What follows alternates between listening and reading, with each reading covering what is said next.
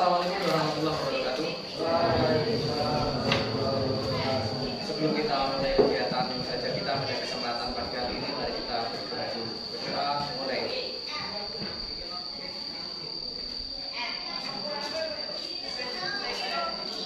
Berdoa selesai.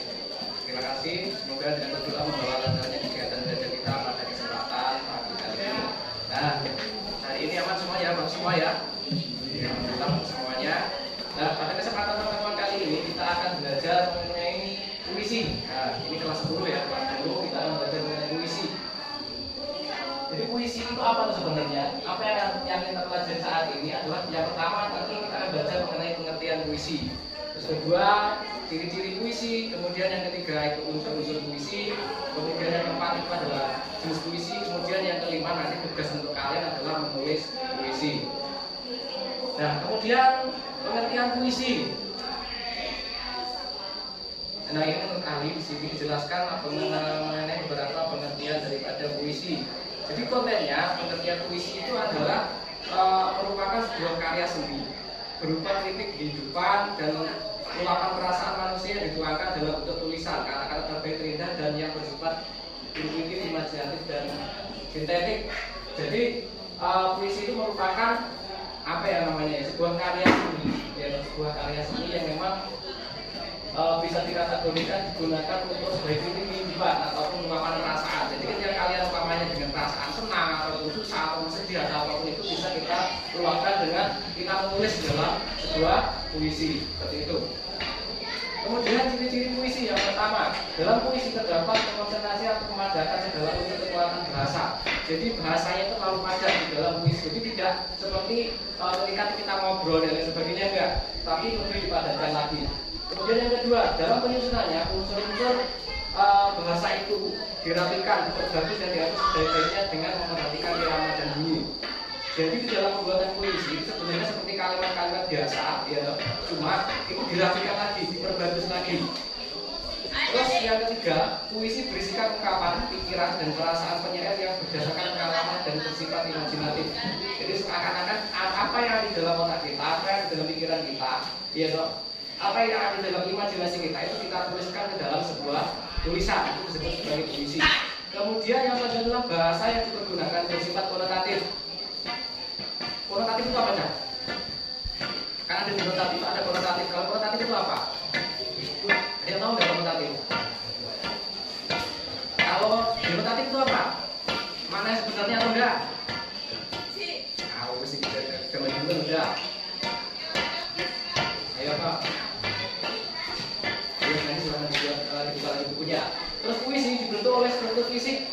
Nah, di sini ada litografi puisi, ada majas, ada ritma, ada irama dan lain sebagainya. Kemudian itu ada unsur batin juga. Jadi puisi itu ada unsur fisiknya, kemudian ada unsur batinnya. Seperti itu. Nanti ada di belakang bahasanya. Kemudian unsur fisik yang pertama.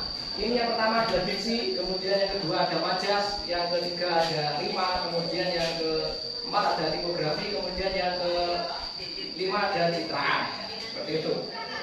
Kemudian ada unsur batin juga, ada temanya apa tentang puisi tadi, kemudian amanatnya apa, kemudian ada perasaan, kemudian ada nada, kemudian yang selanjutnya ada suasana daripada unsur puisi itu.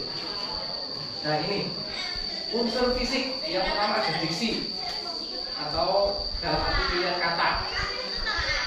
Dalam menulis puisi, penyair harus cermat dalam memilih dan mempertimbangkan kata-kata yang akan dipakainya dalam puisi agar mampu mewakili suasana, perasaan, serta keindahan puisinya. Sebenarnya puisi itu mudah sebenarnya, jadi jangan takut ketika kalian menulis puisi itu sulit. Puisi itu sangat mudah dan siapapun bisa membuatnya. Ya, tapi pilihan katanya itu harus yang indah atau yang bagus. Nah itu bedanya dengan kalimat-kalimat. Kemudian yang selanjutnya adalah majas, yaitu gaya bahasa. Dalam penyampaian ide dalam puisinya seringkali pengarang menggunakan kiasan, yakni tidak secara langsung mengungkapkan makna. Nah, ini disebut sebagai konotasi tadi. Jadi majas itu juga digunakan sebagai bukan kalimatnya sesungguhnya, jadi hanya kiasan, hanya kiasan. Terus yang selanjutnya adalah rima atau pengulangan diri pada puisi yang berfungsi untuk musikalitas atau orkestrasi yang dapat mendukung makna puisi. Jadi rima itu intinya adalah pengulangan diri. Tuh. Terus tipografi, itu tata wajah atau tata letak kata, garis-garis, kata berada dalam sebuah puisi. Kemudian yang selanjutnya ada citraan atau pengimajinasian. Ini untuk memancing imajinasi yang ada dalam otak kita.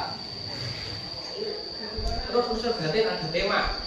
Tema atau gagasan dasar pokok dalam suatu puisi itu disebut sebagai tema. Jadi temanya apa tentang puisi kalian, bisa tema tentang cerita keindahan dan lain sebagainya. Kemudian yang selanjutnya adalah amanat. Amanat itu pesan yang ingin disampaikan penyair melalui sebuah puisi. Jadi apa itu namanya? Amanatnya apa yang disampaikan oleh penulis yang disampaikan oleh kita kepada orang lain. Bisa amanatnya untuk kebaikan, terus amanatnya mengingatkan sesuatu hal. Nah itu disebut sebagai unsur batin. Kemudian yang ketiga adalah perasaan. Ya. Yaitu hal yang diekspresikan penyair dalam puisinya tersebut. Terus kemudian yang keempat nada, yaitu sikap penyair terhadap pembaca melalui sebuah puisi. Kemudian yang kelima adalah suasana, yaitu keadaan jiwa pembaca setelah membaca puisi. Jadi kita harus tahu dulu, ya kita harus tahu dulu bahwasanya suasananya itu seperti apa setelah orang yang membaca puisi kita, gitu. Itu nanti suasananya akan seperti apa? Mungkin dia ikut bahagia atau mungkin dia ikut terjun ke dalam suasana apa yang sebenarnya kita tulis di dalam puisi yang kita tulis itu tadi. Nah itu, jadi itulah gambaran sekilas mengenai puisi. Ya, jadi tugas kalian nanti adalah membentuk sebuah kelompok, ya loh. Satu kelompok itu bisa 2 orang untuk membuat sebuah puisi bebas untuk temanya sesuai dengan angan-angan kalian, ya loh, tentang pengalaman hidup kalian. Silahkan nanti kalian tulis. Saat bisa jadi 2 orang bisa menulis nanti untuk satu puisi. Ya nanti dikumpulkan, nanti kalian akan bisa membahas ke depan. Kalian nanti untuk menjelaskan untuk temanya apa, terus amanatnya apa, terus lokasinya di mana. Nah itu sesuai dengan pemikiran, sesuai dengan konsentrasi kalian, sesuai dengan sesuai dengan pengalaman kalian. Bebas, bisa pengalaman yang indah, bisa pengalaman yang agak kurang indah dan lain sebagainya. Nanti silakan ditulis dalam sebuah puisi, silakan diskusikan dengan kelompok kalian. Kemudian nanti kalian bisa menjelaskan di depan untuk temanya apa, amanatnya apa. Nah seperti itu ya, itu tugas kalian.